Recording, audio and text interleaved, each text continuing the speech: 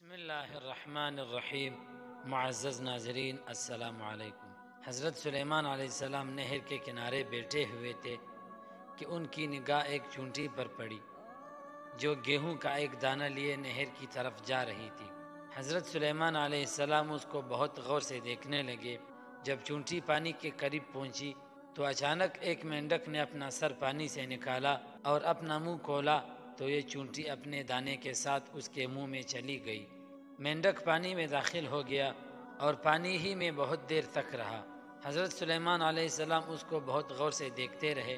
ذرا ہی دیر میں مینڈک پانی سے نکلا اور اپنا منہ کھولا تو چونٹی باہر نکلی، البتہ اس کے ساتھ دانہ نہ تھا۔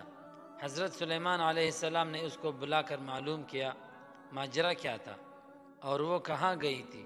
اس نے بتایا کہ اے اللہ کے نبی، آپ جو نہر کے تہہ میں ایک بڑا کوکلا پتھر دیکھ رہے ہیں اس کے اندر بہت سی اندھے کیڑے مکوڑے ہیں۔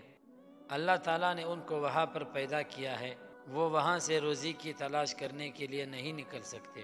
اللہ تعالیٰ نے مجھے اس کی روزی کا وکیل بنایا ہے، میں اس کی روزی کو اٹھا کر لے جاتی ہوں، اور اللہ نے اس مینڈک کو میرے لیے مسخر کیا ہے تاکہ وہ مجھے لے کر جائے۔ اس کے منہ میں ہونے کی وجہ سے پانی مجھے نقصان نہیں پہنچاتا، وہ اپنا منہ بند پتھر کی سوراخ کے سامنے کھول دیتا ہے، میں اس میں داخل ہو جاتی ہوں۔ جب میں اس کی روزی اس تک پہنچا کر پتھر کی سوراخ سے اس کے منہ تک آتی ہوں تو مینڈک مجھے منہ سے باہر نکال دیتا ہے۔ حضرت سلیمان علیہ السلام نے کہا، کیا تو نے ان کیڑوں مکوڑوں کی تسبیح کو سنا؟ چونٹی نے بتایا، ہاں، وہ سب کہتے ہیں، اے وہ ذات جو مجھے اس گہرے پانی کے اندر بھی نہیں بھولتا۔ سبحان اللہ، جو اللہ کو یاد کرے اللہ اسے کبھی نہیں بھولتا۔